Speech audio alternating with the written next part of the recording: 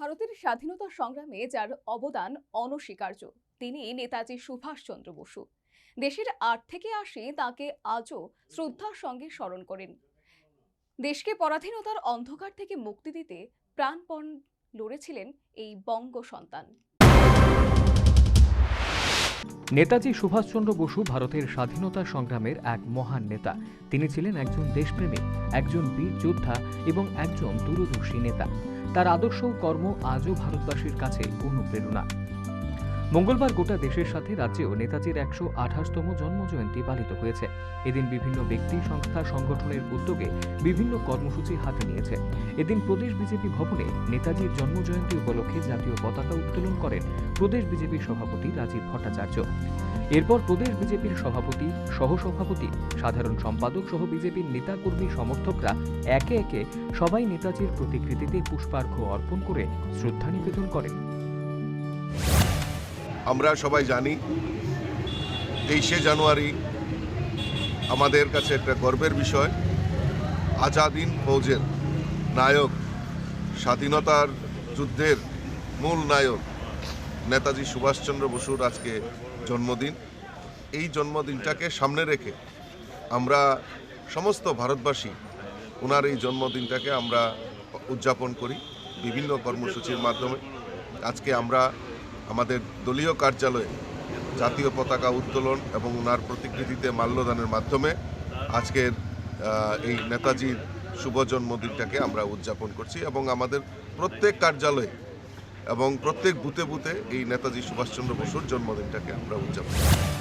এদিন নেতাজির ১২৮তম জন্মদিন উপলক্ষে প্রদেশ কংগ্রেসের পক্ষ থেকেও বিভিন্ন কর্মসূচি হাতে নিয়েছে। সকালে রাজধানীর প্রদেশ পোস্ট অফিস চৌমুহনীস্থিত প্রদেশ কংগ্রেস ভবনে কংগ্রেসের নেতাকর্মী সমর্থকরা জমায়েত হয় এবং নেতাজির প্রতিকৃতিতে একে একে সবাই পুষ্পার্ঘ্য অর্পণ করে শ্রদ্ধা নিবেদন করে। নেতাজি সুভাষচন্দ্র বোসের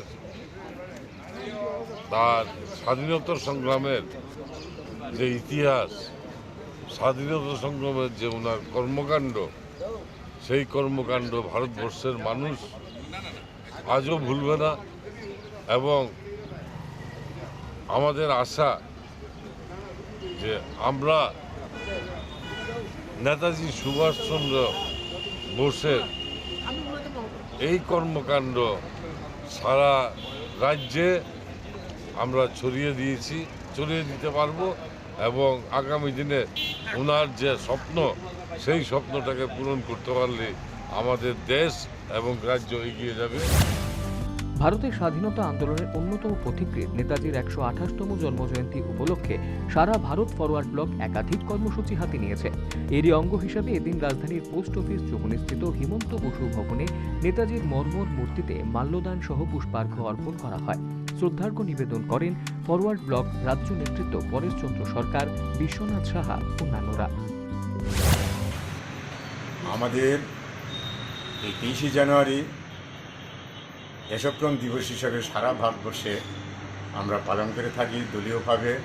তাছাড়াও যারা নেতাজি প্রেমী ওনারাও সেই ২৩শে জানুয়ারি জাঁকজমকপূর্ণভাবে সবাই পালন করবার চেষ্টা করে এবং করে। তো আজকে আমাদের বেলা ১২টা ১৫ আমরা প্রসঙ্গত উল্লেখ্য, কেউ কেউ মনে করেন বিমান দুর্ঘটনায় তার মৃত্যু হয়েছে, কিন্তু ২০০৬ সালে মুখার্জি কমিশন প্রমাণ করে ওই বিমান দুর্ঘটনায় তার মৃত্যু হয়নি।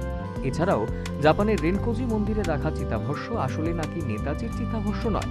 তিনি অন্তর্নিহিত হলেও তার তৃপ্ত বক্তব্য আজও তরুণদের উদ্দীপ্ত করে। তার বিখ্যাত বাণী, তোমরা আমাকে রক্ত দাও, আমি তোমাদের স্বাধীনতা দেব, গোটা দেশের স্বাধীনতা অর্জন নিয়ে অন্যতম তৃপ্ত বাক্য। Bureau report, news vanguard.